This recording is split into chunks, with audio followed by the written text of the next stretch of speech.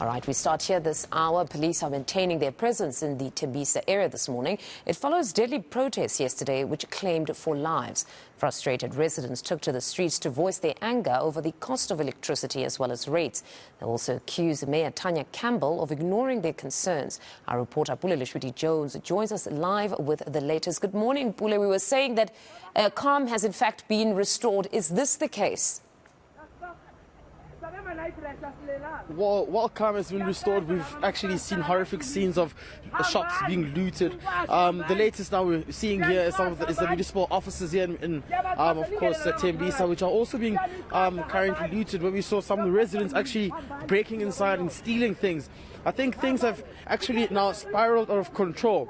The intention of actually protesting for what was calling for flat rates and also calling for a decline in high tariff plans of electricity and water has now turned into a different agenda of criminality. I haven't seen such in a while until the July unrest. If you can see, it's quite terrible that's going on in this place, and it's a free-for-all. It's anarchy, and it's completely disruptive. So when we're seeing now people walking, holding chairs, that's them looting. This is property from certain premises. Am I correct? Yeah, definitely, you are correct. This is property from the Tembisa Customer Care Center, in Kuruleni, and what we're seeing now is something different. In fact, you can see some of them are even hiding their faces.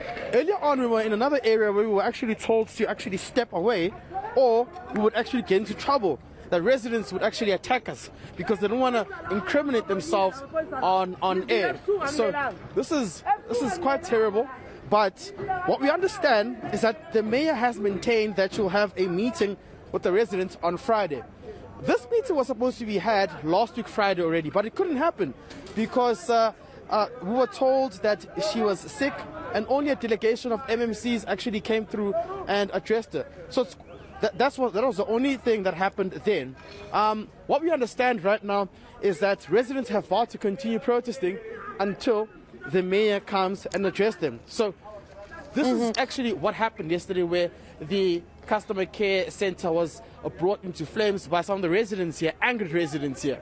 Honestly, very disturbing scenes there that you're showing us. But then, insofar as the mayor is concerned, we know that yesterday she met with leaders, and she did say to a certain extent the concerns are legitimate, what they're protesting for, but also said from at least her vantage point, it looked like some of the protesters were seeking to destabilize the coalition. Talk to us about what she said yesterday. Yeah, look, Funda, I gotta tell you, warn you now, it's looking quite dangerous here. We've been told to actually leave this premises here. Any moment from now, these guys are actually even threatening to attack us, because you can see that's an ATM there, and it seems as though some of them are actually bombed to get money inside. It's quite terrible witnessing here. We haven't even seen like police vehicles here as well, which is making things even more disruptive. I mean, that was my next question. They are overpowered, and they're overpowered. That was my next question, Pule. Where are the police in all of this? Because we said they've... Apologies, Pule. I'm saying that was going to be my next question, that where are the police in all of this? Because we have been stating that they're maintaining their presence in the area. How is this happening now? Yeah, well, I don't know how this happens as well, because yesterday we were told that they would actually intensify the operations here. Earlier on I saw just about 4 vehicles of the Ekurhuleni Metro Police Department, but it seems as though for now it's still silent. There's one behind you now of law enforcement whatsoever, and it's a free-for-all. Well, yeah, there's one behind me now, but you can see there isn't any interest in coming in and trying to see what's going on inside the customer care center. So there isn't any sort of coordination, which is quite flawed, and this just reminds me of the July unrest as well. So there's so many questions here that have to be raised with the police minister as well, and of course the local, provincial police commissioner in Gauteng as well, to say what are some of the plans to curb this anarchy that's going on here in Tembisa, because firstly it's also disrupting the local township economy under this already ailing economy. So there's just so many factors that are being disrupted here. And while many may say it's business as usual, what we're seeing here is a total different story. It's just complete lawlessness and indiscipline by some of the local residents here.